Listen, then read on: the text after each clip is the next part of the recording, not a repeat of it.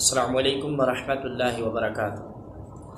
ناظرین محترم، میں ہوں سید میر محمد بخاری اور آپ دیکھ رہے ہیں غوثیہ رضویہ یوٹیوب چینل۔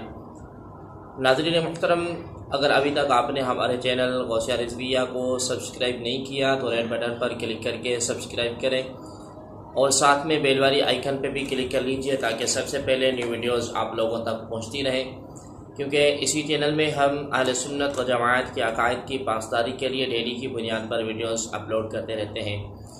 ناظرین محترم، آج ہمارا موضوع ہے توحید فی العبادات کے متعلق۔ ناظرین محترم، توحید کی تیسری قسم توحید فی العبادات ہے، جس کی معنی یہ ہے کہ عبادت اور پرستش کے لائق صرف اللہ تبارک و تعالی کی ذات ہے۔ کسی اور کی عبادت کرنا یا اس کو مستحق عبادت تسلیم کرنا شرک ہے۔ اللہ رب العالمین نے اپنے کلام پاک فرقان حمید کے اندر ارشاد فرمایا، یا ایھا الناس اعبدوا ربکم الذی خلقکم والذین من قبلکم لعلکم تتقون، یعنی اے لوگو اپنے رب کی عبادت کرو جس نے تمہیں اور تم سے اگلوں کو پیدا کیا، یہ امید کرتے ہوئے کہ تمہیں پرہیزگاری ملے۔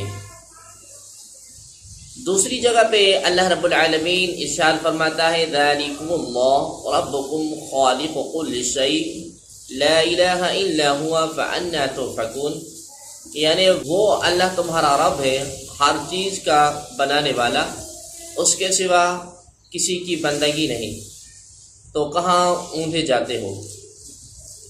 تیسری جگہ پہ اللہ رب العالمین نے ارشاد فرمایا، وَلَقَدْ بَعَثْنَا فِي كُلِّ أُمَّةٍ رَسُولًا أَنِ اعْبُدُوا اللَّهَ وَاجْتَنِبُوا الطَّاغُوتَ، یعنی اور البتہ تحقیق ہم نے ہر امت میں یہ پیغام دے کر رسول بھیجا کہ اللہ کی عبادت کرو اور شیطان سے بچو۔ ناظرین محترم، ان تمام آیات بینات سے ثابت ہوتا ہے کہ عبادت کے لائق جو ذات ہے وہ صرف اللہ تبارک و تعالی کی ذات ہے۔ کسی اور کو جو عبادت کے لائق سمجھنا اور مستحق عبادت سمجھنا، یہ شرک فی العبادات ہے۔